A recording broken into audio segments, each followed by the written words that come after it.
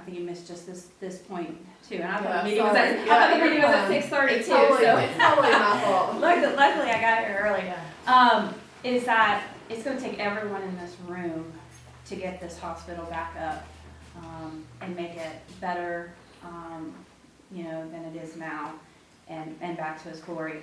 We definitely, I want to attend this meeting every month and give an update. And we very often take community board, have folks from the community on our board. We do community needs assessment, figure out what services do we need to have here, ENT, urology, ortho, those kinds of things. That's what I consider a partnership. I don't know if it's legal wise, what it has to look like. Quentin, our partner, is the attorney of the group. But we successfully have partnered with communities in the past, and I would anticipate that here too. Just mention one other thing. We have 24 athletic trainers that we have partnered with every high school around us. So we have heavy coverage for every football game, every basketball game, wrestling tournaments, wrestling events, every sport that happens in our area, we have trainers at. So it's just a kind of, and we don't make a lot of money doing it. It's a giving back to the community involvement kind of thing that ultimately we plan to be part of the mission. As far as the board piece, do any of your other facilities have like an independent community board that sort of serves in an advisory role that would have input as to staffing? Who is your hospital CEO, or do you have any boards at other facilities that have? Well, we do, and what we do is that those boards are community members, the local banker, dentist, those kinds of things. We occupy a seat on that board, and if we make a big change like a CEO, we do involve the board in that decision. If it comes down to, staffing, 50-cent raises, those kinds of things, that's not what the board's meant to Certainly, do. absolutely. It's more of an oversight. Are we taking care of the people?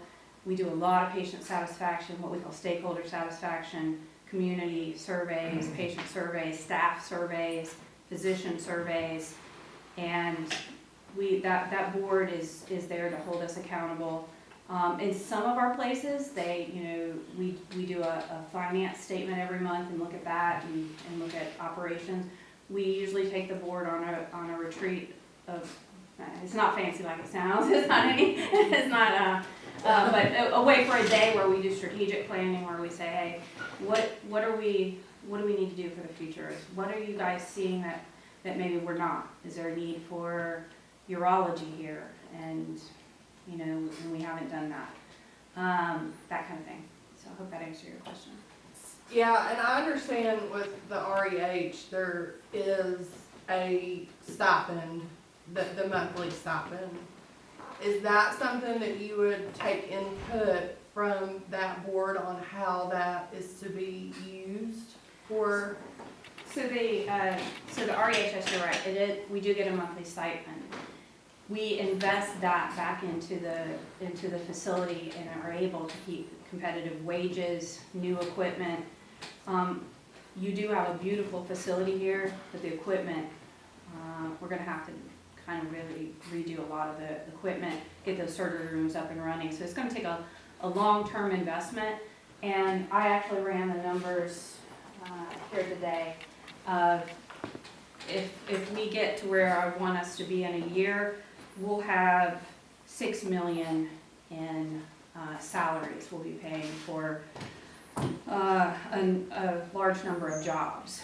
And the stipend we would get would just be not even half of that to sustain that.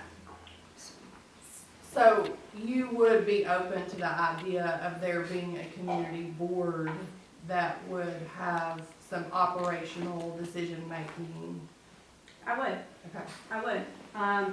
We do a lot of board education though, because a lot of times, just to be honest, we'll come in and the hospital boards that are currently in place, they may not have the education. Exactly. Well, Right. reading through these regs, Yeah. is I have no idea Yeah. how, Yeah, yeah. or what does, financials look like? So we do a lot of board education. Mission is really involved in that.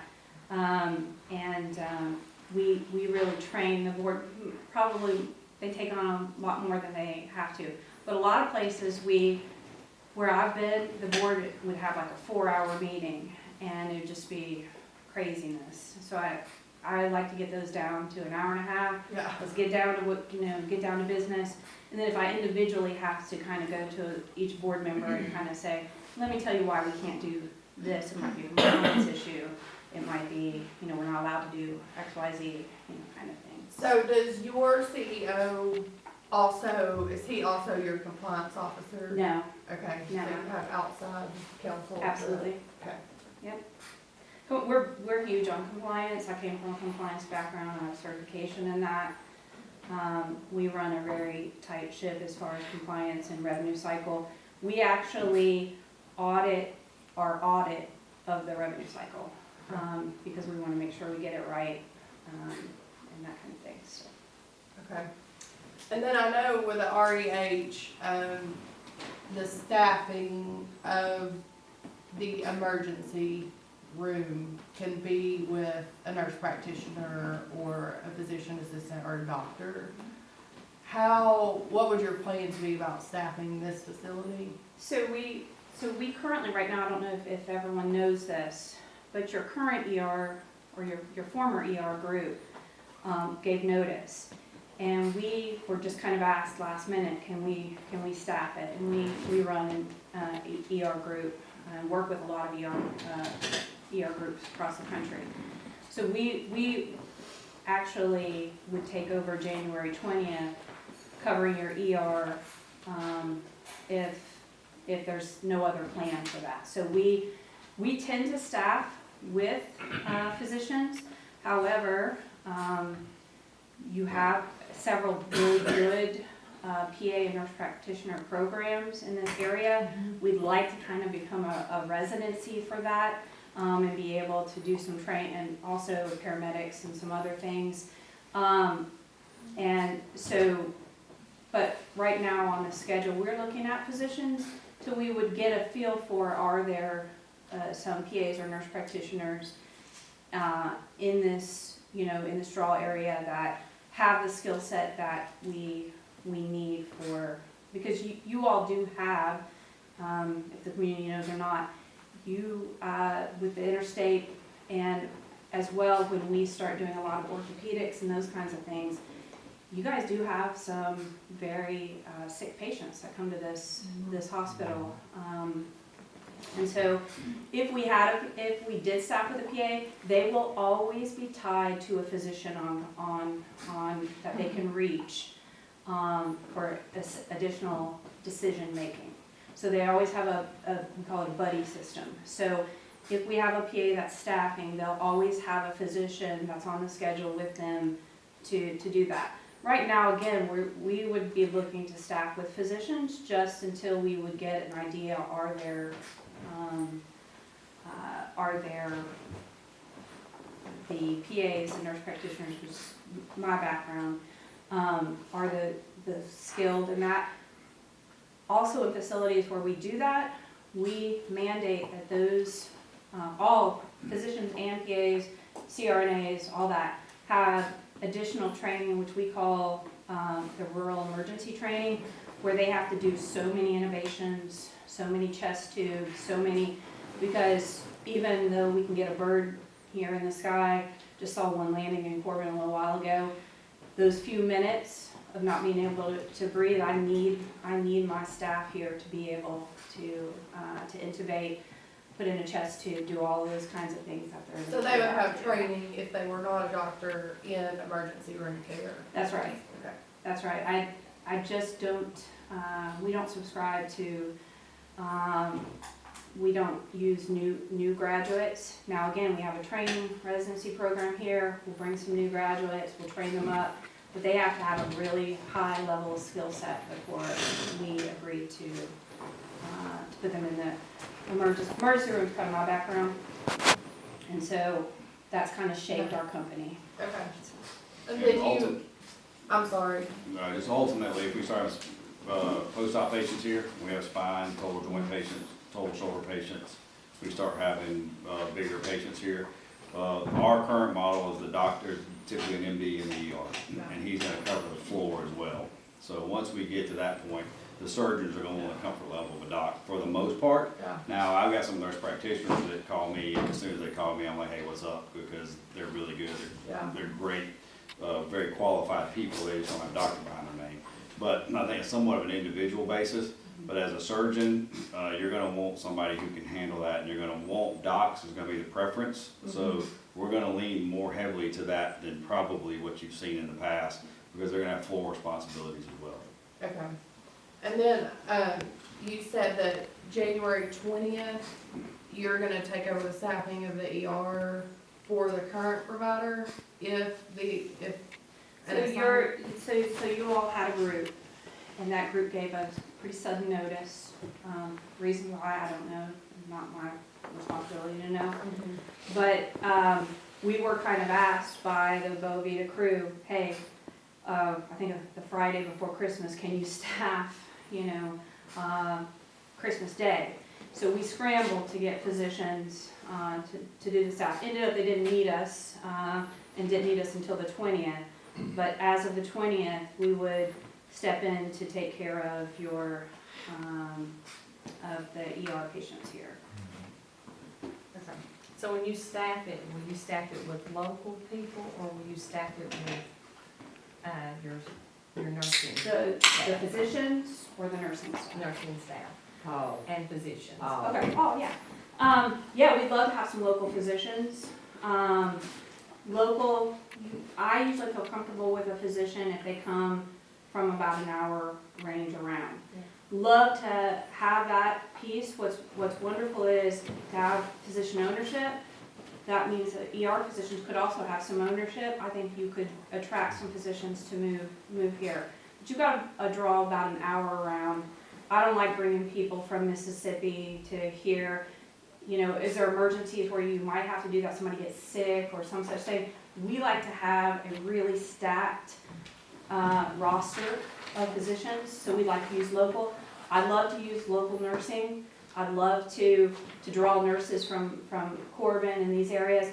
We don't, during even the height of COVID, we didn't even use travel nursing because we built a plan that we would have PRN staff. We take really good care of the staff that works for us. And so we were kind of an anomaly in our hospital in Georgia where we didn't use any travel. I mean, we're all Locals. local. I mean, there's Yeah. nobody coming from more than 45 minutes, and there's nobody coming from out of town, and they're your biggest advocates, and they care. They're gonna care a lot more. We got one in particular. She is so invested. Her dad was actually came to us to ask if we want to buy it. He was actually on the city council, and she is our biggest advocate. She's been there since the doors opened. She's done a ton of different jobs. She stayed there for an hour and a half waiting for somebody to get there to pick somebody up way after where she wasn't getting paid because she cares about the community, she cares about the patient, she cares about the reputation of the hospital. She is going to be your biggest advocate. The people who grew up here that remember the way it was, they wanted to be there again. People want to be part of something bigger than themselves. They want to go in out there and they want to see familiar faces. right. Right. That means a lot in a small community. So when When you go into a hospital, an ER, and especially if you are, it's your mom or your dad or child or whatever, and you go in there and there's all these strange faces, you don't feel comfortable doing that. But if you have these local people and and you know most of them anyway because it's a small town, then you're willing to, go there. It's 100% different, and then they know that mom's coming, because somebody's already called that person in the ER and said, hey, mom just fell, or mom's got shortness of breath, she's on the way. They already got a call on their cell phone knowing they're coming before they walk in the door. So, I mean, that's, we are heavily local. I mean, I don't know how you can do it really without local staff. You gotta have local nurses, you gotta have local staff, and they gotta buy in, they gotta be excited. I will tell you, for the first 4 years we walked in, my saying was, welcome home, let's build something together. Every staff in our hospital knew that. Welcome home, let's build something together. because it was a group, it's a big team. Everything we do in medicine is a team, teamwork, it's a team job. You have the weakest link. I used to tell people, it's like, I'm responsible for everything that happens in your care. If somebody comes and cleans your trash can at 3 o'clock in the morning for no reason, that's my fault. You know, and you get people taking ownership of that, particularly when the docs are there, they're vested in the success of it, and everybody's on the same team. You go to hospitals where you have this division, and it sounds awful, but people are, you know, the anesthesia is against the surgeon's against the chief nursing officer on the In floor. order to make anything work, you have to work together. But when you get what we're trying to I mean, you build, have to be a everybody team. moving towards one common goal, and Yeah. to be honest with you, we've taken some employees, I didn't think we were gonna make it. And they come in and they bought into the culture. And, you know, you create a standard and you create a culture, and they will buy into that culture and they will step up their game. You know, and, so once you let them know what the expectations are. When Dr. Spivey started this hospital in Reidsville, he had two things he did. He gave a rose to all the ladies after they woke up in surgery. I said, we might not be able to do that anymore. And he offered a menu to the patient, they could order a steak. And somewhere along before I became their CEO, and I had to leave these guys to come back to this area. My husband was from Tennessee. But before I left, he got out of a case one day. I said, look what's on our menu again. And we had steak, that the patient could order a steak. And if you see my plans for hiring staff, you'll see some cooks and nutritionists. Why would we need that if we're not a hospital that has a lot of inpatients? One, because we've got to feed our staff. We got to take care of them. And two, with that kitchen you guys got, we're feeding the community. Breakfast, lunch, maybe not dinner, but breakfast and lunch for sure. We're opening back up to the community for that. That was my next question. That kitchen is insane. I know y'all lived here forever, you don't get it, but it's insane. We could take 3 of the original ORs at Reidsville and put them in one of your OR. Yes, we operate with this big unit in the middle of the hall, in the back corner of the room. It was a 6x6 air conditioner just to get things up and going. Power went out, generator went out. I closed under phone light one day. That's the first question I asked when I walked over there. I said, does this generator work? The generator got to work. So the point of that is we've made some mistakes. We've learned from those mistakes. We know not to do them again. But the base point, what you're starting off with, is so much farther away ahead from what we did.